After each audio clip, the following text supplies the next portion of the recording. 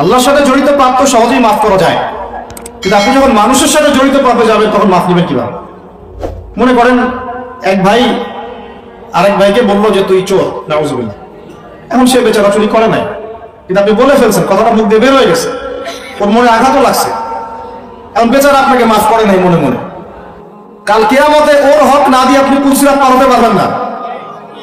আল্লাহু আকবার। আল্লাহ পাকের ইনসাফ এবং বিচার এত সূক্ষ্ম হবে। কত সূক্ষ্ম আপনাকে আমি একটা হাদিস থেকে খালি বলি, 1 মিনিট। একটা শিংওয়ালা ছাগল, ছাগলের শিং আছে। দুনিয়াতে একটা ছাগলকে গুঁতা দিয়েছে, ওই ছাগলের বেচারা শিং ছিল না। মানে একটা শিংওয়ালা ছাগল একটা শিংহীন ছাগলকে গুঁতা দিয়ে অন্যায় ভাবে।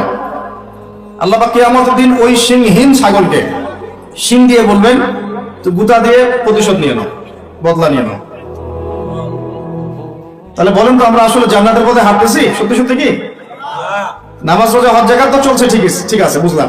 তো মানুষের সাথে জড়িত হক কিভাবে মিটাবেন কিভাবে? এই যে একটা পণ্যের ভেজাল দিলেন, ওই যে কি বলে ওটাকে, কি মিশাই জানি, ফরমালিন। হ্যাঁ, ফরমালিন। এই যে মিশাই ব্যবসা করলেন, এই যে কতগুলো মানুষ ক্ষতিগ্রস্ত হল। ধরেন যে লাখ লাখ মানুষ খেয়েছে, বেচারার পেটে সমস্যা হয়ে গেল। আর আপনি কিভাবে পার পাবেন কিয়ামতের মাঠে? আমাকে বুঝান। মাপে আপনি কম দিলেন, ঠকালেন বেচারাকে, ওর হক ছিল, পার পাবেন কিভাবে? বেচারাও কিছু করে নাই, অযথাই তাকে অপবাদ দিলেন এবং সারা দেশের সামনে ধুয়ে রেখে দিলেন অন্যায় ভাবে। এখন আপনি পার পাবেন কিভাবে? এই জিনিসগুলো আমরা ভাবি না। আমরা মনে করি নামাজ পড়েছি বা সব পাপ। মানুষের সাথে জড়িত হক এত সহজে মাফ, বলেন আমার সাথে, মানুষের সাথে জড়িত হক এত সহজে মাফ হবে না। কি করণীয় তাহলে? ওই যে যার সম্পদ নিয়েছেন তার সম্পদ ফেরত দেওয়া, যার মানহানি করেছেন তার মান সম্মান ফেরত দেওয়া। এখন যে মেয়েটার মান সম্মান হানি করে ফেললেন, যে মেয়েটার ইজ্জত নিয়ে নিলেন, এখন কি হবে? কেমন করে ফেরত দিবেন? কিভাবে ফেরত দিবেন? যাকে ধর্ষণ করলেন, যাকে মিথ্যা অপবাদ দিলেন, যার সাথে জেনা করে ফেললেন, ভাবা উচিত না এগুলো? মনে রাখবেন, বড় বড় পরহেজগার, দুনিয়াতে যাদেরকে খুব বড় বড় পরহেজগার মনে হচ্ছে, এমন অনেক মানুষ আল্লাহ না করুক কালকে আমাদের মাঠে জাহান্নামে যাবে। মূল কথাটা হচ্ছে, এখানে একটা পয়েন্ট মনে রাখবেন, মানুষের সাথে জড়িত হক এই দুনিয়াতে আদায় করতে হবে। ঠিক আছে ভাই? এটা লজ্জার কিছু নাই। অন্যায়ভাবে গালি দিলে বলবেন যে ভাই আমার ভুল হয়ে গেছিল, আপনাকে গালি দিয়ে ফেলছিলাম, আমাকে মাফ করে দেন। টাকা নিয়েছেন কারো, ফেরত দেন নাই, দিয়ে দেন সামর্থ্য থাকলে। ওকে না পেলে কি করবেন? তার পরিবারকে দিবেন। তার পরিবারকেও পান নাই, বেচারা নাই পৃথিবীতে, তাহলে তার পক্ষ থেকে সদকা করে দিবেন। তওবা ইস্তেগফার করে ফিরে আসেন, আল্লাহ পাক তৌফিক দান করুন। আর যারা ব্যবসা করতে গিয়ে মানুষকে মাপে কম দিচ্ছেন, মানুষকে হারাম খাওয়াচ্ছেন, বলছেন তার টাটকা জিনিস কালকে রান্না করছেন হুজুর, 3 দিন আগে বাসি তরকারি খাওয়াই দিলেন। একটা কি খাবেন এটা নিয়ে কথা বলতে গেলে তারও 2 ঘন্টা চলে যাবে। খাবেন কি? সবকিছুর মধ্যে ভেজাল দিয়ে রেখে দিচ্ছে। একটা সবজি খাবেন তার মধ্যে ভেজাল দিচ্ছে, মাছ খাবেন তার মধ্যে ভেজাল দিচ্ছে, একটা কুরবানির গরু কিনবেন তার মধ্যে গরু মোটা তাজাকরণ করে মোটা ফুলাই দিচ্ছে। খাবেন কি? দুধ খাবেন? মুসলমানের দোকানে খাঁটি দুধ পাওয়া যায় না, হিন্দুর দোকানে যাওয়া লাগতেছে। এই হচ্ছে অবস্থা আমাদের। দিন কায়েমের কথা আমরা যে বলি না, আমাদের তো নিজের ভিতরেই দিন কায়েম হয় না। এখন আমাদের নিজের আত্মার ভিতরে আল্লাহওয়ালা মানুষ যারা বাংলার মাটিতে আনাচে কানাচে আছেন, তাদের সংখ্যা নিতান্তই কম। ম্যাক্সিমাম আমরা নিজের 3.5 হাত দেহের উপরেই দিন কায়েম করতে পারি। আল্লাহ পাক আমাদেরকে কথাগুলো বোঝার তৌফিক দান করুন। আস্তে আস্তে সব তো নিউট্রালাইজেশন হয়ে গেল। এটা একটু বোঝেন, আপনাদেরকে একটু বুঝাই। এক সময় ছেলে মেয়েরা একসাথে রিকশায় চড়লে লজ্জাবোধ করত, এখন কেউ লজ্জাবোধ করবে না। এটা হয়েছে নিউট্রাল। তারপর একটা যুগ আসলো, প্রেমপত্র লেনদেন হতো। আমরা জানি না, আমাদের দাদা বাবারা জানে, ওই জেনারেশন জানে। ওই জেনারেশনের সাহস ছিল না যে কোনো মেয়ের সাথে কফি শপে বসবে, রিক্সায় ঘুরবে, বাইটা ওইটা করবে। এখন তারপর একটা জেনারেশন আসলো, এটা নিউট্রাল হয়ে গেল। তারপরে আরেকটা আসলো, এরা আর ওইসবে নাই, সরাসরি কাজ করতে চায়, সরাসরি অন্যায় করতে চায়, সরাসরি জেনা। এখন সেই যুগ চললো। তারপরে আবার পরকীয়াটা আসলো, সিরিয়াল দেখায় পরকীয়া, বাসায় স্বামী, বাইরে আরেকটা ছেলে, বাসায় স্ত্রী, বাইরে একটা মেয়ে, এই যুগ চললো। আর যে কি আসবে আল্লাহ ভালো জানেন। এবং আমার মনে হয়, আল্লাহ মাফ করুক আমাদেরকে, আমার মনে হয় আমরা জোর করে আল্লাহর গজব টেনে নিয়ে আসতেছি।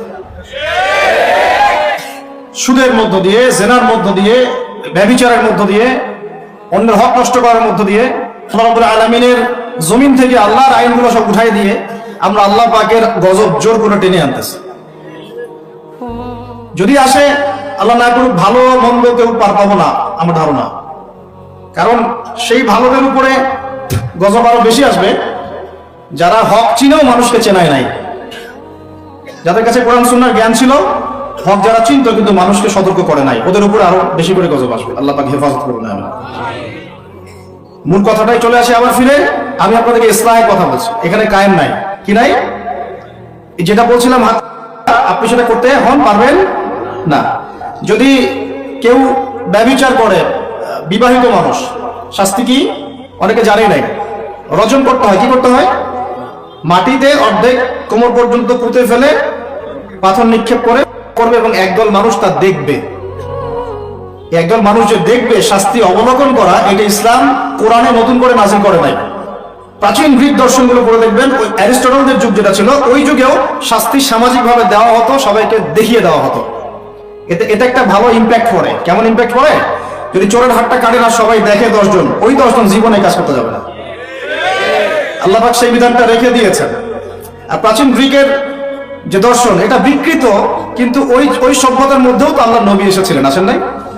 এমন কোন সভ্যতা নাই যার মধ্যে আল্লাহ পাক নবী পাঠান নাই। তাহলে এই হিন্দু ভাইরা নিঃসন্দেহে তাদের কাছেও কোনো না কোনো নবী আসছিল, তাদের শিক্ষা থেকে তারা হয়তো বের হয়ে গেছে। আল্লাহ পাক বলেছেন ওয়ালিকুল্লি কওমিন হাদ, প্রত্যেকটা কওমের মধ্যে আমি নবী পাঠিয়েছি। প্রত্যেক কওমে, তার মানে এই সভ্যতা যতদিন থেকে ঘুরছে পৃথিবী, আদম আলাইহিস সালামের পর থেকে, কোন প্রত্যেকটা স্থানে, কালে, পাত্রে আল্লাহ রাব্বুল আলামিন নবী পাঠিয়েছে। তাদের মধ্যে কেউ ছিলেন নবী, কেউ ছিলেন রাসূল। এই তো, তার মানে সবার কিন্তু একটা মৌলিক শিক্ষায় মিল থাকবে।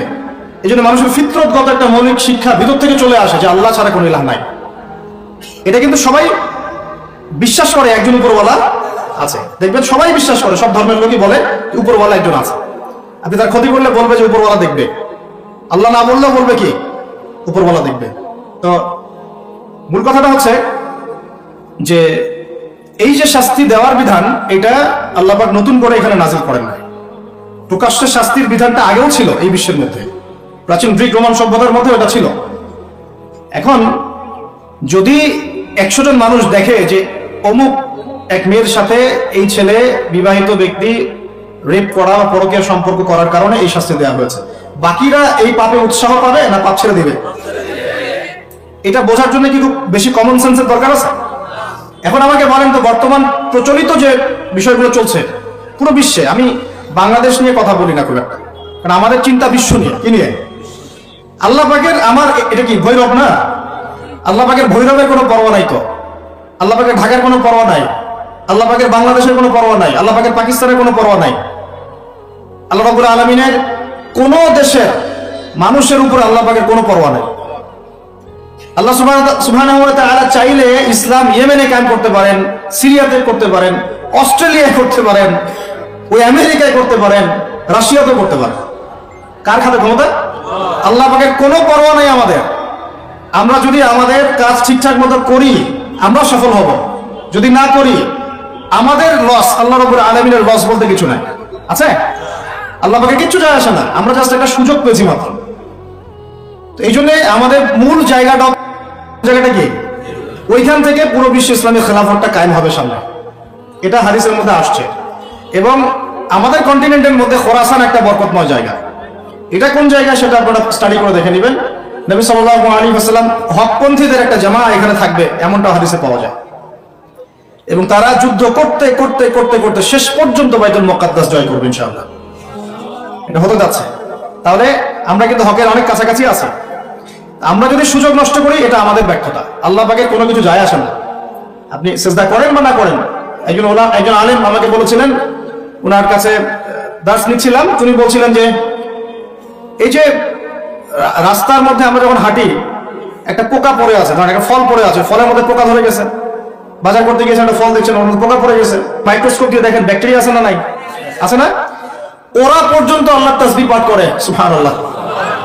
তো আল্লাহ পাক তো আমার নামাজের মুখাপেক্ষী না, আল্লাহ পাক তো আপনার নামাজের মুখাপেক্ষী না। আপনি পড়ছেন না, আপনি হতভাগা। এই আসমান জমিনের সবাই আল্লাহর তাসবিহ পাঠ করছে।